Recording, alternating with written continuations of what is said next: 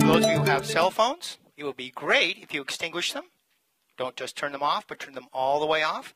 We have electromagnetically sensitive people in the audience, and they and I would appreciate it.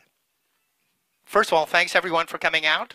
And the topic of the day is the dark side of smart meters, and primarily to tell you what PG&E doesn't. I am Rob States, briefly 3 MS degrees, not in microwave technology. One would wonder why listen to me. So I tend to list relevant work experiences whenever I'm giving a talk. For about 2 years, I consulted for Microsource that makes microwave synthesizers up in Santa Rosa. And I was doing, basically circuit troubleshooting for those guys. I've designed several mainstream power generating pieces of equipment in the grid, and I'm the planet's leading expert on pulsed impingement. I sold a job to the Department of Energy, and this technology is capable of reducing the planet's energy consumption by about 0.75%. That's one invention. 0.75% reduction. This basically doubles the efficiency of drying of paper. So the point being that I have expertise both in the microwave side and in the power generation side. So this is kind of the introduction for the afternoon. So the idea is to basically outline what is a smart meter, and then the health impacts, which are like drive you nuts, and the privacy impact, which will double drive you nuts. And the idea is to create an action plan, which, since I'm an engineer, I don't have the action plan, but we have Larry Bragman here who does have an action plan. So let's describe what we're talking about here, which is the power grid. And during a typical day, there is lots of power consumption during the middle of the day, and there isn't very much in the middle of the night. And so the primary reason for having smart meters is to move some of this demand over to there. So basically, a smart meter is therefore responsible for 0 reduction in usage. 0 reduction. It is primarily a device that moves power from one place to another. Unlike, for example, superconducting high tension lines. Okay, those would be responsible for a 30% increase in total efficiency and a total reduction in usage of power, usage of fuel to generate the power. Boy, am I not doing a good job here? But these meters of themselves are responsible for no reduction in the consumption of electricity. The customer's behavior is responsible, and on a good day, PG&E cites the number 4 to 12%. Okay, so if you think of a typical $100 a month power bill, that's like $40 a year. I mean, how much customer sort of activity are you going to get out of that fairly small amount of money? So that factors into, well, I'll get back to that. This is off of Silver Spring's website that basically describes the system, and as you can see, it's very simple. Any straightforward questions for that? Let me give you the quick tour de force. Over here is your house, and here is a smart meter that's connected to your house, and eventually this smart meter then talks to PG&E, which is over here somewhere. But what it also does is it talks to the neighbor's meter, and that to the neighbor's meter, and that to the neighbor. And what we're showing here is that this is what's called net topology. That means your meter has to send about 700 numbers a day to PG&E so that they know time of day use for your house. Okay, that only takes 45 seconds, but it may not be talking directly to a cell tower. It may be talking, which is this thing right here. It may not be in direct line of sight to a cell tower, so it will talk to its neighboring smart meter. That neighboring smart meter will talk to another neighboring smart meter, and so the duty cycle the PG&E cites is for this meter talking, let's say this meter talking directly to a cell tower, but what they are leaving out of the details are this meter may be collecting data from tens to dozens to hundreds of other meters. In fact, the duty cycle of this thing could be nearly continuous. So it is an unknown factor. Now, I'm in the civil engineering fire life safety business, where we are designing civil engineering structures for safety of individuals. And in those structures, we are overwhelmingly conservative. We make the most severe assumptions to preserve human life. In this system, that says the thing is on most of the time, and that violates some of the major tenets of how these systems have been sold by PG&E and how they have been approved by the FCC. So basically, this baby gives power to your system, to your house, and it sits there and thinks about the power and then sends its thoughts back. Well, let's say, and this smart meter also has a second channel of communication where it talks directly to what are called smart-enabled appliances inside of your house. And currently there are none or virtually few smart appliances, but the CPUC wants to change that. This is the radiation pattern from a typical smart meter. They have what is called a dipole antenna, and it radiates radially. So if the antenna is like this, it radiates out this way and doesn't radiate very much out this way. And this is required so that it can both talk to a cell tower, which may be slightly above it but at a shallow angle, or to a neighboring smart meter, which would be a lateral communication. But what is in the lateral distance between this meter and the next smart meter? That's people, that's houses. That the majority of the radiation that comes off of this is not for communication. It's wasted radiation that goes to individuals and structures in the general vicinity. Cell phones use this style of antenna exclusively, and part of it goes directly into your head, which is a major concern. If you read the fine print on an iPhone, it says always use the iPhone 5/8 of an inch away from your head. That means you are told in the fine print 6-point type in the sub-paragraph of some appendix to hold the thing with an air gap between your head, because when it is touching your head, this radiation is actually above the FCC limit. This is strictly optional. These antennae could be designed as high-gain transmitters, and all it would mean is you either put it on this side of your head where the cell tower is this way, or this side of your head where the cell tower is that way, and you could drop the energy consumption, or let's say the energy wasted to your head by a factor of 1,000. It would be fairly easy to design. But in 1996, the Telecommunications Act relieved them of any local requirements to get the position of the cell towers approved. So they can put a cell tower anywhere they want. And the rider in 1998 resolved them of any liability. So they are in a position of not requiring to consider your health when they're either designing the system or designing the phones. And more convenience is the sales feature, and that is what's been driving this industry, is more convenience. A smart meter typically goes on the outside of your house, and so there it is located. But what's directly on the other side of this? That's the interior of your house. So because we know that this is a laterally transmitting device, on the other side, this is being laterally transmitted through the wall. So if you're sleeping over here, you're getting radiation from this meter, 8 hours a day. If this is your office, a high occupancy area, the exposure could be substantial. So let's discuss the health ramifications of this piece of equipment. We are fairly familiar with ionizing radiation, which, say, an X-ray hits your cell inside of the cell's nucleus. It breaks a DNA molecule, and from then on, the children of this cell have a defective DNA, which turns on a RAS gene or some other naughty thing, and this cell then replicates and becomes a tumor. So this is a well-known, well-understood action path, but this is like an X-ray or a cosmic ray. It is an extremely high-energy piece of radiation, and cell phones and smart meters put out much lower frequencies, typically 900 megahertz. And so we are assured by some scientists that ionizing radiation is required for this. But in fact, non-ionizing radiation disrupts van der Waals bonds, and that is the major bond during creation of proteins and replication of DNA.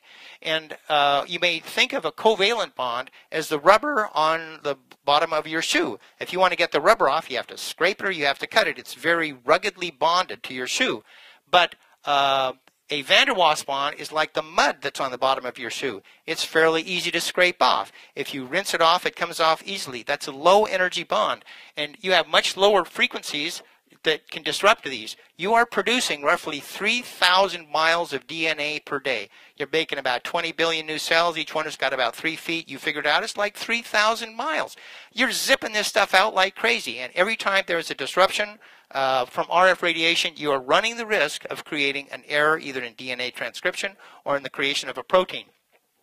This fuzzy slide is looking at an individual who is sensitive to microwave radiation. In this case, the person is talking on a 900 megahertz handheld phone. That means it's not even a cell phone. It's a phone that only talks to a base station that's a few feet away, and it's a convenience so that you don't have a wire. This is a normal person, and when they talk on this 900 megahertz phone, there is virtually no change in their physiological condition. But this person, their heart rate goes from roughly 68 up to 122, and the heart rate becomes irregular. And as soon as you turn the phone off, they return to normal sinus rhythm. This is one of many sensitivity issues with microwave radiation. This is a normal person. This is a sensitive person.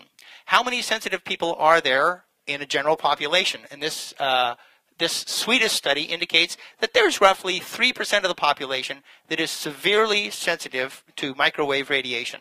And you put smart meters in a residential area, and these people either have to move or they have to heavily shield their houses. 35% of the population is moderately sensitive. So we are in a gray area here where the impact on property values and the impact on the population in general is relatively significant. This is a study done in Spain where directly underneath a cell tower they are mapping out as a function of distance, and this is 300 meters, so that's like 1/8 of a mile, something like that, about 1,000 feet,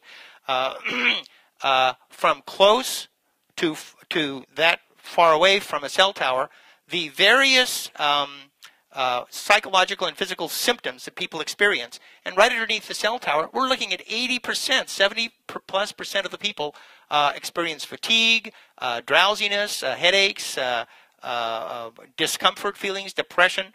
So even the existing cell towers are generating significant problems, health problems for people nearby. This is a quick example of what we're dealing with in the case of an industry that's generating $500 billion worth of market revenue a year. This is a Reuters news service, October 13th, 2009, just last year, and they were reporting on a South Korean study that studied the links between mobile phones and tumors. And at 4 o'clock in the afternoon, the Reuters news feed said, high-quality studies often show potential cancer link. Underneath that, the second bullet said, industry-funded studies most likely to show no link. Then you read the data that this study verifies these conclusions. At 6 o'clock, only 2 hours later, these two bullets were compressed into a single bullet and changed to read, it found no significant association between the risk of tumors and overall use of mobile phones, including cellular and portable phones. Basically, a 180-degree change, and as you can see, only 2 hours later, this is the power of the cell phone industry. We see this time and again in the cell phone industry, in the smart meter industry, that we're seeing a lot more industry spin than we are hard science. This is the most complicated slide that I've placed today, and it is the most important. So allow me to dissect this, give you the importance of what this is. Over here is a map of San Francisco. The peninsula is on the bottom, Golden Gate Bridge is on the top, and as you can see, there is a plus. Okay? The middle of that plus is the Sutro Tower. You can see the Sutro Tower up on the top. That thing pumps out the better part of 20 megawatts of radiated energy into the environment. It radiates AM radio, FM radio, and television. From the period 1973 to 1988, it was the primary source of RF radiation to everyone on that peninsula. What's good about that? A, I don't want to live there, but B, it is a fabulous test tube. You know the exact dose based on where people live. There are 123 people in this study, children under the age of 21, that have contracted either leukemia, lymphoma, or glioma, basically the most common cancers of children under the age of 21. And these little stars indicate where they lived. and they are pretty much all over the peninsula. Okay, they are not concentrated underneath the Sutro Tower. They are fairly evenly distributed all over. Okay, and this is a plot of the radiation they received from the Sutro Tower and those children's prevalency compared to the general population of these cancers. And we see that if you're directly under the Sutro Tower, you have an 18-fold chance of getting childhood leukemia. Not 18%, 18-fold. An 18,000% increase in the prevalency of cancer directly underneath the Sutro Tower. As you go away from the Sutro Tower up to the coast, which is 5 kilometers away, you are still at 4 times, a 4-fold increase in the prevalency of childhood leukemia.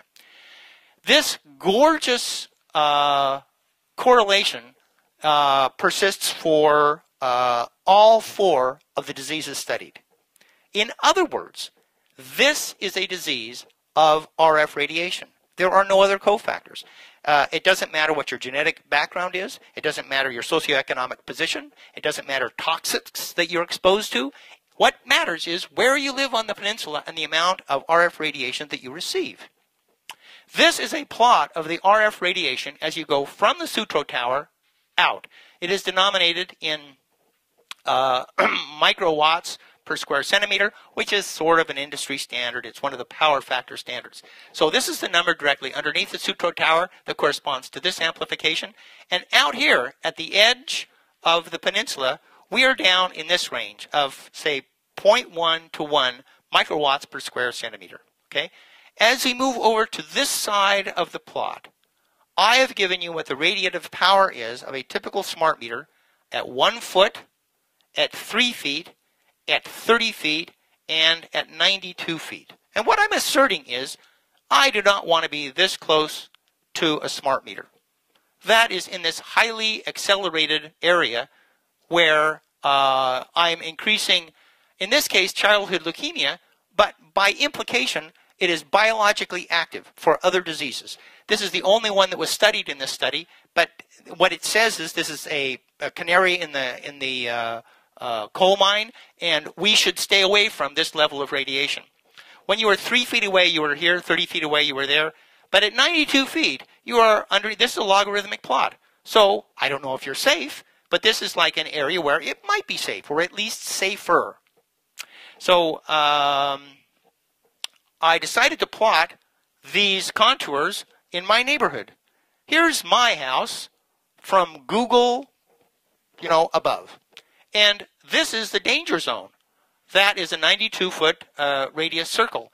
And my meter is here, and the smart meter is going to radiate my living room. It's going to radiate one of the bedrooms, and this is fairly dangerous. I would point out that this level of radiation is incident on the roofs of the houses in question. Okay? This is attenuated when it goes inside the house where the children spend most of their time. So the actual risk profile is down here somewhere. So when I plot this in my neighborhood, it is actually much worse out here, and this is an accurate portrayal of what conditions are like inside my house. That is, this is an inside the house contour. This is a risk factor. This is where my neighbor's meter is. And likewise, there's a bedroom affected, and this is my second neighbor. This is a daycare center. Their meter is in the playground of the daycare center. Children will be walking within inches of the smart meter. First of all, PG&E has done nothing to ameliorate this. These have been installed down in LA, and they have not informed citizens who have bedrooms that are near the radiation source, nor daycares or other child-populated areas like schools that have excess. And again, this is a much worse exposure contour than is given here, because these risks are inside the house, and these risks are direct radiation through the air, significantly higher. So the first point I'd like to make is the safety of these devices is not at all verified by the data. And if you take a group of lab rats and you give them an L50 dose of a toxin, let's say lead or mercury. That is a dose that kills half of the population. So if you give half of that dose to you get more survivors, okay? But if you take half of the L10 dose for lead and half of the L10 dose for mercury and you give that to the rats, they all die. What I'm making a point is that the risk factors to human beings and to health is not linear. You can't make an assumption of half is twice as good as whatever. And so in the case of this radiation, it is pulsed radiation, meaning that it's on briefly and then it's off. It's on briefly and it's off. And you do not have the ability, when there's a continuous, like with the Sutro Tower, which is continuous radiation, your body doesn't have a chance to sort of cope with it. Okay? It is on, it is off. And it could be that this form of radiation is vastly more damaging to human health. We don't know. It is totally unknown risk. The FCC says that 600 microwatts per square centimeter is an allowable continuous radiation. 600 microwatts per square centimeter. That is this line on this curve. As we can see, this is vastly in excess of the measured dose level at a 18-fold increase in childhood leukemia.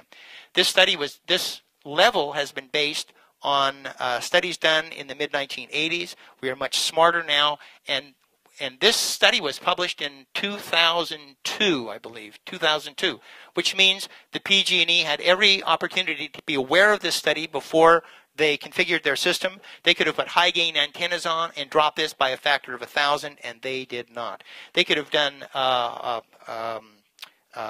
transmission of signals on the power wiring. They could have done optical wiring, and they have done none of that. They have taken a technology path that exposes us to, according to this study, significant risk. Here is a typical smart meter that's installed on a wall, and this is a graph that was measured on the pillow of a person who was sleeping on this side. The pillow. This means that person is exposed to radiation 8 hours every night when they are sleeping, and we measured 0.05 microwatts per square centimeter, well above the safety level. In Italy, their smart grid is powered by a system that uses no radiation. It is technologically possible. If you talk to PG&E, they say no, it is not possible. As George alluded to early on, when I found out about the smart meter, I got a message in the mail that said we're about to put one of those babies in, and I pretty much jumped out of my skin. I did some minor research, and I knew right off the bat these things were trouble on a stick. I called to opt out, and they said, you're in a lot of hurt. We're not opting anybody out. And so I started sending emails to my mayor, and I said, we need to have a town council meeting. I want to bring this up. And we agreed that I would give a 15-minute presentation that's a condensed version of this that gives them some of these findings. I'm a registered PE in the state of California. I have the ability to talk about this subject. When the meeting came up, PG&E was on the podium for 45 minutes giving their spin, and I was denied the ability to present this information to them. So what you're seeing is suppressed information. 2 days before that meeting, PG&E, unbeknownst to me, the mayor was forwarding all of my emails to her, to PG&E. PG&E requested my presence at a meeting. They gave me the spin. I said, you're way above these leukemia levels. Their spin was, that's only one study. We use the FCC. They look at all studies. We use the standards from the UN. They look at all studies. And they, as we'll hear from Mary Beth later on, there is significant insincerity in how the industry uses this. Just recently, the Los Angeles Unified School District said that 1994 law that gives local governments no control over cell phone towers, they want that repealed. They see this impacting the health of their children. The European Parliament has recently voted in favor of being more precautions to human health than is currently being done. France has banned cell phones in primary schools. They can only text. And the federal government has officially acknowledged that electronic hypersensitivity is a disability. That means the municipalities are on the hook to ameliorate effects of affected people. This, I believe, is the whole reason PG&E came to see me, the privacy issue. Here we have a smart meter that is monitoring the power going to your house, and here are some activities that might be occurring in the house. And what I've shown here is a $3.24 DSP chip. DSP stands for Digital Signal Processing. This is something that I learned at MIT. And for the better part of 9 years, I worked for Ingersoll Rand, and I designed digital signal filtering for industrial control systems. And what I mean by that is when you are putting power to a motor in an industrial process, by looking at the frequency characteristics of that motor, you can determine the health of the process. It's a great way to not have to put a probe inside of the process. All you have to do is watch the motor and infer what the process is doing. If I have a $3 chip inside of this, I can do a wealth of interesting things. For example, when you turn on a hairdryer, that's a series wound motor that has a 1800 watt heater attached to it. The signal for that is totally easy to spot. If I were to look at that in the Fourier transform domain, I could infer that at 5 o'clock in the morning or so, you turned on a dryer for 10 minutes, 8 minutes, 4 minutes, some number. When you turn on the fan in your bathroom, that is a fractional horsepower induction motor with a shaded pole start. Okay, again, fairly easy to spot. And the smart meter could therefore say, gee, at about 6:02 in the morning or 3 in the morning or whenever, you turned on the fan in your bathroom. Or here's a woman enjoying a vibrator. That is a DC motor with a variable speed drive and possibly a switching power supply. Okay, this is easily discernible, okay, from these other appliances. This woman turned it on for 20 minutes at 9 p.m. at night, okay? This meter is fully capable of keeping all of this information in its memory. PG&E hasn't told us whether they're doing this or not, but what they have told us is the software inside of a smart meter is proprietary. That means we don't get to know. Thank you so much. I doubt if that's a coincidence. A.C. Nielsen collaborated with MIT in 1992, and they said, barcodes are great. That tells us what you buy. Customer cards are great. They tell us who bought the stuff. But what they also said was, what is missing in our marketing strategy is when, where, and how usage. And they were presenting this to MIT saying, this is a problem. We do not know when, where, and how our products are being bought, how they're being used. If the smart meter supplies this information, I assert that this has an extraordinary amount of marketing value. This isn't a trivial bit of information that we can discount. There are people with a lot of money who want to know this. And PG&E is asserting, well, we're not doing it. But by the way, all the stuff that goes on inside of the meter is top secret. Here is, and if you think that's bad, they're just getting warmed up. Here is graphics from the industry itself talking about this link inside of the house. Smart meters talk directly to smart-enabled devices. It's like a Bluetooth, okay? And the CPUC has already committed to mandating that all appliances sold in California are smart-enabled, which means they will intelligently talk to your smart meter over what is something like a Bluetooth link. So that means when you're in the, here they are enjoying their smart meter in the entertainment room, it will be telling us devices that are on, what they're doing. Here's mom and daughter in the kitchen. Here they are preparing a healthy snack. And here we have where they're enjoying their smart meter in the bedroom. This is right out of their literature. Bold-faced. They're telling us this is the information that this meter will be privy to, far more detailed information than it is inferring from its own digital signal processing capabilities. We do not have a block diagram of that meter. We don't have the software that's used, and they are only alluding to the data that is being collected.